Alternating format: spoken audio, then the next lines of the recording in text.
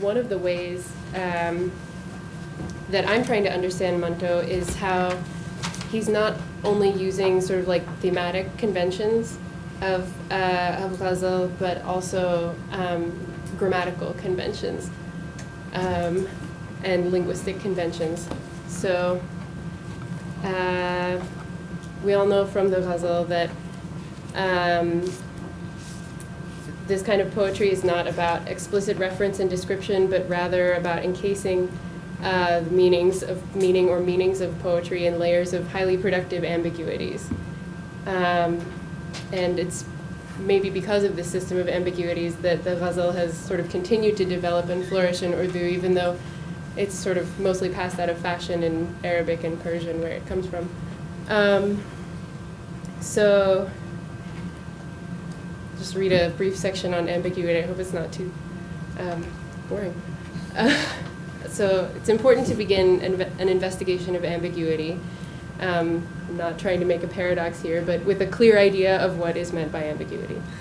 And Roanne proposed a really interesting typology of character, ending, and body that I'll probably ask you about later.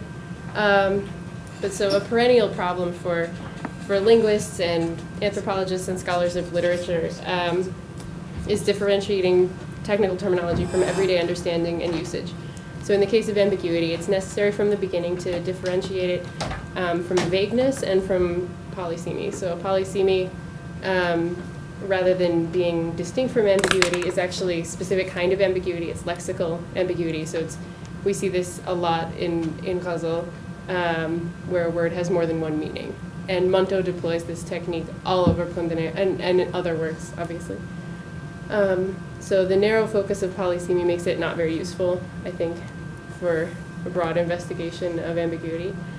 And then vagueness, on the other hand, I'm going to call on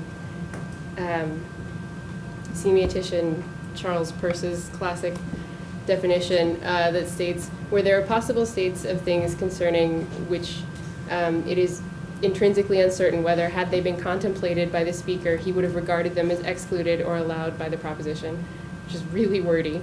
But basically, ambiguity, as I'm using it, so vagueness is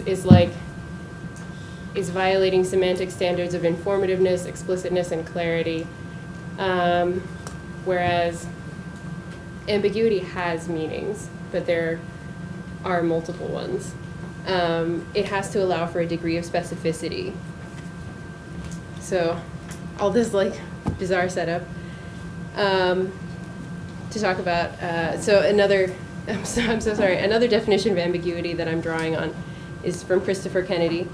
Ambiguity is associated with utterance chunks corresponding to all levels of linguistic analysis, from phonemes, the smallest sound blocks of language, to discourses, and is characterized by the association of a single orthographic or phonological string with more than one meaning. And the reference to orthography is important as we talk about literature. Will come into play later. I have more definitions of ambiguity, but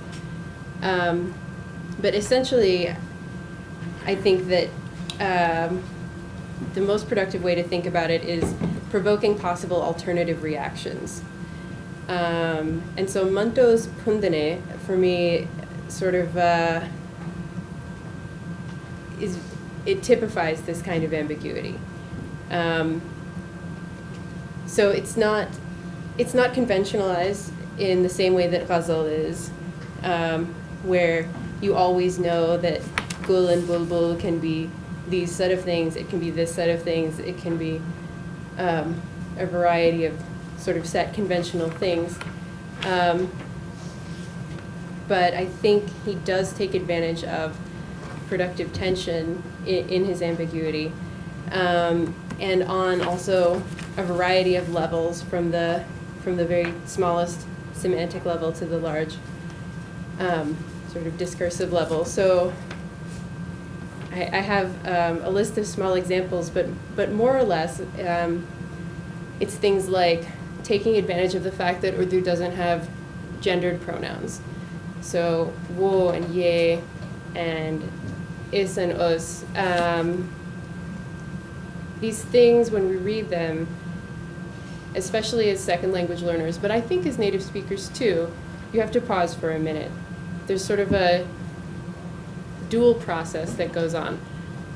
First, when you read a pronoun like that, you're disoriented, you have to think about it, even if it's taking place in a split second. And second, the tension within the meaning causes the reader to think about other possible relationships. So in Pundane, you get examples like whose motor oil are we talking about? Whose drawstring? It's not always entirely clear, even from the context, and even when it does later on become contextually obvious. Whose puppy? Whose parents are dead? So I think that this is interesting not because it's a matter of just, oh, isn't this great? You know, we can read this story in so many different ways, but because it actually destabilizes a lot of the conventions that the story as a whole is trying to destabilize. The story, I think probably most of us have read it, but is surreal, it's disorienting. It's already poised to subvert common sense ideas of narrative and flow. And moreover, because we're accessing this through literature, this kind of textual ambiguity brings up important questions about orality and literacy, conventions and practices of writing. And so I think that when you consider ambiguity in the context of this story, you can actually, Pundane, the tassel, Pundana, provides a really useful visual metaphor for ambiguity itself, because you can think of different strands of meaning, and they're all held together at one point, which is the word. And so I think, and the reason that this becomes useful is it allows us to consider literature not as just meaning something, this or that. It's obscene, it's not obscene. It's surreal, it's not surreal. It's symbolic or not symbolic. But it allows you to escape bounded, like, textual notations of metaphor and imagery, and instead consider the complexities of communication in daily context, the emergent and intersubjective processes of meaning making that are going on, and finally, it allows you to situate it in a larger Urdu literary tradition. Those are my thoughts. Thank you.